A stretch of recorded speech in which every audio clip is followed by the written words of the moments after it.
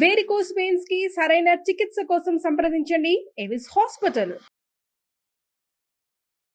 అమ్మ నమస్తే. నమస్తే అమ్మా. అమ్మా ఉమ్. అప్పులు బాగా పెరిగిపోయి ఉమ్. కొంతమంది ఉమ్. ఇబ్బందులు పడుతూ ఉంటారు, కొన్ని సమస్యలను కూడా ఎదుర్కోవాల్సి వస్తుంది. అలాంటి వారు ఆ అప్పులు త్వరగా తీరాలి, లక్ష్మీ కటాక్షం కలగాలి అంటే ఏం చేయాలమ్మా? అమ్మా లక్ష్మీ కటాక్షం కలగాలి, అందరూ కోరుకుంటారు, అందులో అనుమానం ఏం లేదు. అప్పులు అన్నవి అసలు ఎందుకు చేశారు? అవసరాల కోసం చేస్తుంటారు కదా. అవసరాలు భోగాలు ఈ రెండింటి మధ్య తేడా తెలుసుకోలేకపోవడం వల్ల సమస్య వస్తుంది. అవసరం ఏమిటి, భోగం ఏమిటి?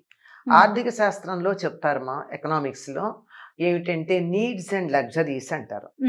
దానికి వాళ్ళు ఇచ్చే ఉదాహరణ కూడా నాకు చాలా, ఇది 7వ తరగతిలోనో 8వ తరగతిలోనో మొదటిసారి ఎకనామిక్స్ అనే పాఠం చదివినప్పుడు, తరగతి గుర్తులేదు, ఆ సమయంలో వాడు చెప్పిన సిద్ధాంతం అయితే గుర్తుంది. పప్పన్నం తినడం అవసరం, ఎందుకంటే శరీరానికి కార్బోహైడ్రేట్ ప్రోటీను రెండూ కావాలి గనక. అందులో నెయ్యి వేసుకోవడం ఒకళ్ళకి అవసరమైతే ఒకళ్ళకి భోగం. నెయ్యి లేకుండా కూడా తినచ్చు, తింటే మంచిది, అందులో తప్పుందని అంటం లేదు. నెయ్యి కూడా అవసరమే పప్పు అరగడానికి అని వాళ్ళు ఇచ్చిన ఉదాహరణే చెప్తున్నాను నేను, నాది సొంతం కాదు. అదే నెయ్యి ఒకరికి భోగం అవుతుంది, ఒకరికి అవసరం అవుతుంది సందర్భాన్ని బట్టి.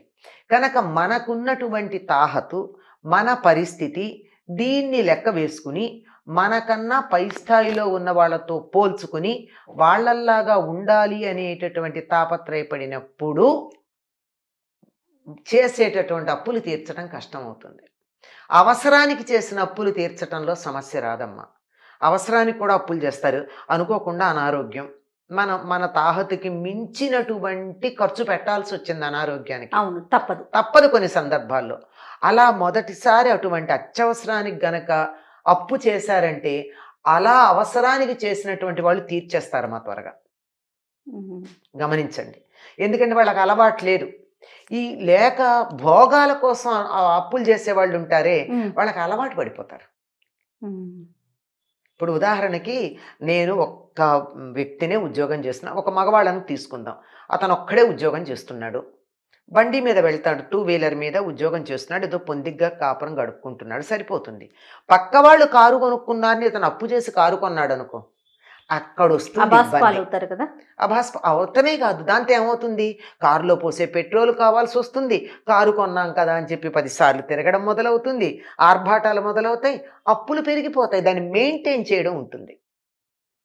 అంటే ఈ అవసరాన్ని మించిన భోగాల కోసం అప్పులు చేస్తే మెయింటెనెన్స్ కోసం వడ్డీ కడుతున్నట్టుగా ఇంకా అప్పులు చేయాల్సి ఉంటుంది. ఇప్పుడు అనారోగ్యం కోసం చేశారనుకోండి, అయ్యో ఇంత కష్టపడ్డాం, వాళ్ళు మన సమయానికి ఆదుకున్నారు, ప్రాణం నిలబెట్టారు అని చెప్పి తీర్చే ప్రయత్నం చేస్తారు. అందుకని అసలు మనం చేసినటువంటి అప్పులు అవసరం కోసం చేశామా, భోగం కోసం చేశామా అన్నది నిర్ణయించుకుంటే అసలు సగం అప్పులు ఉండవమ్మా. ప్రస్తుతం ఉన్నటువంటి ఆర్థిక వ్యవస్థ ఎట్లా ఉందంటే, సమాజం కూడా మీకు అప్పు కావాలా, ఫోన్ వస్తుంది, ఫోన్ ఏమిటో అర్జెంట్ అనుకుని తీస్తే మీకు ఫైనాన్స్ వాళ్ళు ఇలా లోన్ ఇస్తున్నారు, తక్కువ వడ్డీకి ఇస్తున్నారు, మీకేమీ తాకట్టు పెట్టకుండానే ఇస్తున్నారు, అడిగిన మరుక్షణం ఇస్తున్నారు. ఎంత అట్రాక్టివ్గా అనిపిస్తుందమ్మా వీక్ మైండ్స్కి. ఆ జాలంలో ఇరుక్కుపోవటల్లా వీళ్ళకి అవసరమే లేదు, కార్ లోన్ కావాలా, హౌస్ లోన్ కావాలా, అసలు ఏదీ లేకుండా మీకు 5 లక్షలు అప్పిస్తామని చెప్పి మనకి ఫ్రీగా అప్పిస్తున్నారు కదా అని తీసుకోవడం అవుతుంది.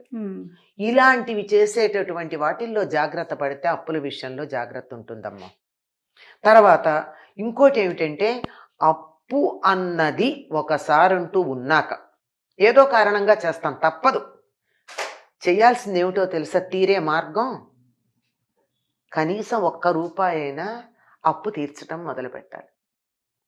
అంతా కలిపి తీరుస్తాం, తర్వాత తీరుస్తాం, ఈ పద్ధతి కాదు, పెట్టుకోకూడదు. కనీసం ఒక రోజుకో రూపాయి పడేస్తూ ఉండండి డబ్బాలో, అప్పు నిమిత్తమని అని, చిల్లర ఖర్చులాగా. ఆటోలో దిగితే వాడు చిల్లర ఇవ్వలేదు అనుకుని 1 రూపాయి ఎందులో పడేయండి, కూరల దగ్గర 1 రూపాయి రాలేదు అనుకుని పడేయండి చిల్లర. నెలకి 30 రూపాయలు వస్తాయా? అంటే 30తో అప్పు తీరుతుందా అని అడక్కండి. ఇది చాలా సిల్లీగా కనపడచ్చు, కానీ అప్పు తీర్చాలన్న మీ ఇంటెన్షన్ ఉందే లోపల, అది అప్పు మొత్తం తీర్చాలి.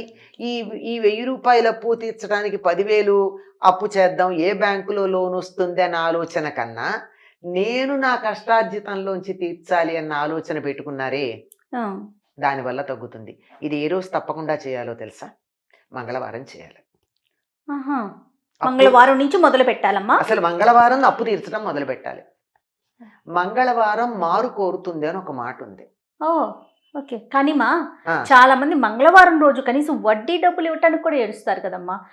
నేను ఇవ్వను, ఇవ్వాలి అంటే చెప్పేది అదే. మారు కోరుతుంది అంటే రిపీట్ అవుతూ ఉంటుంది.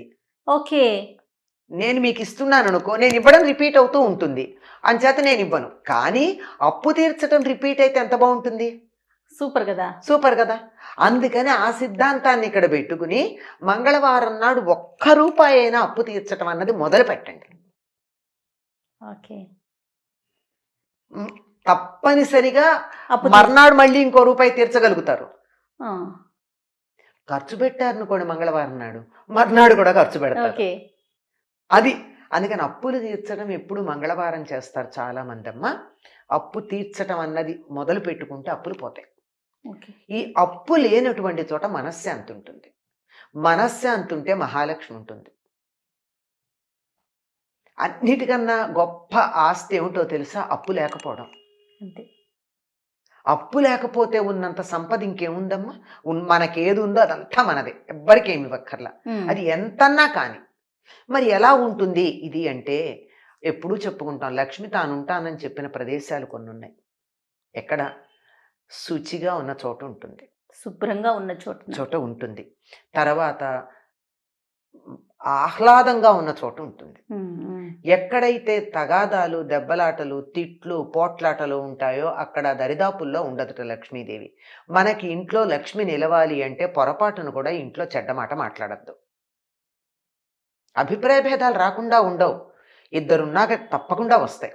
అసలు ఒక మనిషికే వస్తాయి. పొద్దునున్న ఆలోచనకి మధ్యాహ్నం ఉన్న ఆలోచనకి తేడా ఉంటుంది.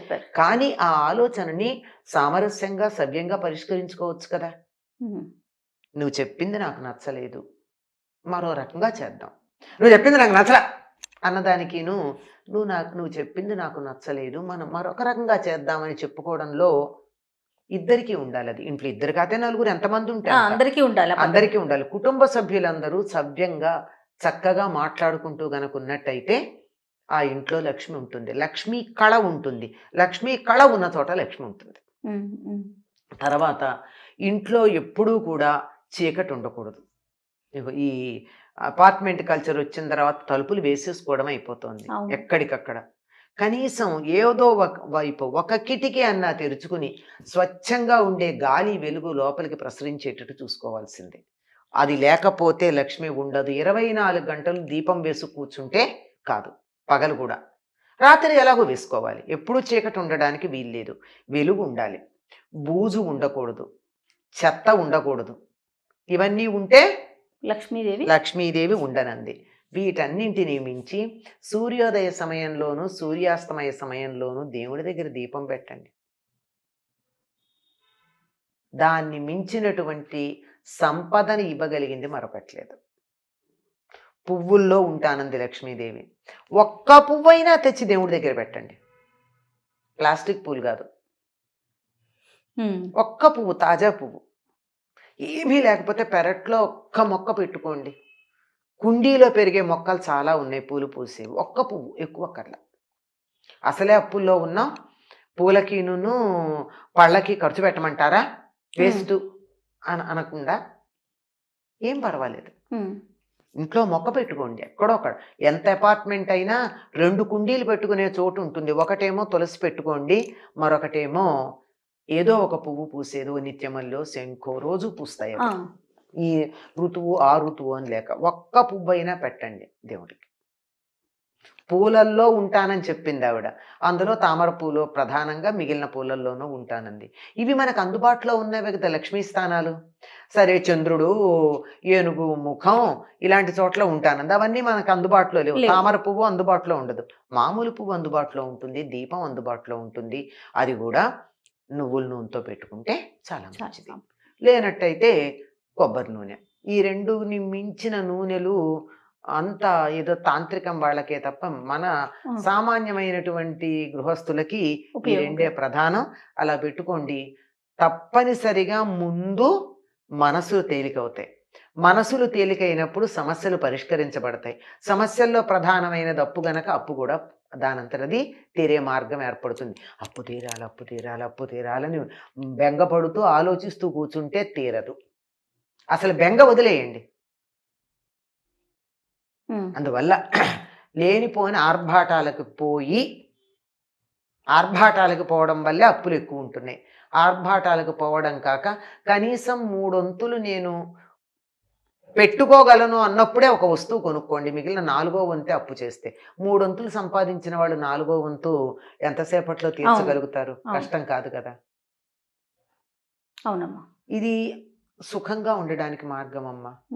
భోగాలలో సుఖం ఉంది అనుకోవడం తక్కువే. సుఖపడండి, సుఖం ద్వారా భోగాలు పొందండి. భోగాల ద్వారా సుఖం పొందుతామంటే కొంచెం ఇబ్బందికరమైన విషయమే. ఎన్ని వ్యాలిడ్ పాయింట్స్ చెప్పారమ్మా. టాపిక్ మీతో నేను డిస్కస్ చేసినప్పుడు ఏమన్నారు, జయ అసలు దీని గురించి మనం ఏం మాట్లాడగలుగుతాం అన్నారు. చూడండి ఎంత చక్కటి వివరణ చెప్పారో. ధన్యవాదాలమ్మా. నమస్తే అమ్మా.